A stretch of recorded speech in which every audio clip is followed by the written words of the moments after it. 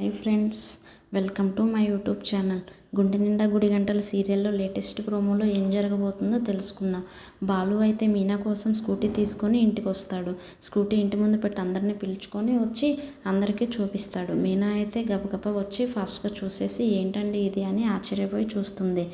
బాలు అయితే నీకోసమే పూలగంప, మొబైల్ పూల షాప్ అని చెప్తాడు. మీనా చాలా సంతోషపడుతుంది. ఇక నుండి నువ్వు ఆన్లైన్లోనే ఈ మొబైల్ షాప్ ద్వారా పూలు అమ్ముకోవచ్చు అని చెప్తాడు.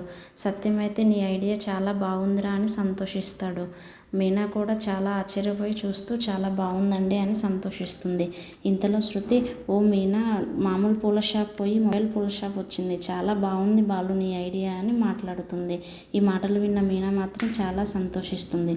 ఇంతలో అందరూ లోపలికి వెళ్ళిపోయి ప్రభావతికి నిజం ఎలా తెలిసిందో కానీ వెంటనే ఈడేమన్నా కష్టపడిన డబ్బుతో సంపాదించాడు అనుకున్నారా ఈ బండిని అని మాట్లాడుతుంది. అందరూ ఆశ్చర్యపోయి చూస్తారు.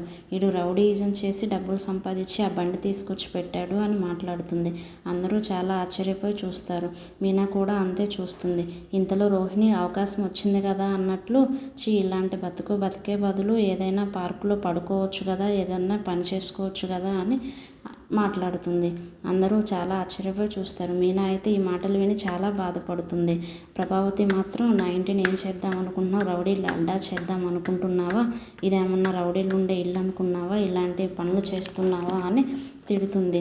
మీనా మాత్రం చాలా బాధపడుతూ ఏడుస్తూ చూస్తూ ఉంటుంది.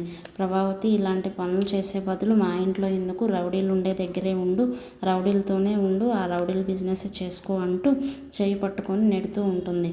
ఇంతకీ మీనా నిజం తెలుసుకుంటుందా, బాలు చేసింది చెడ్డ పని కాదని అర్థం చేసుకుంటుందా, బాలుని అందరూ అర్థం చేసుకుంటారా, రేపటి ఎపిసోడ్లో చూసేద్దాం.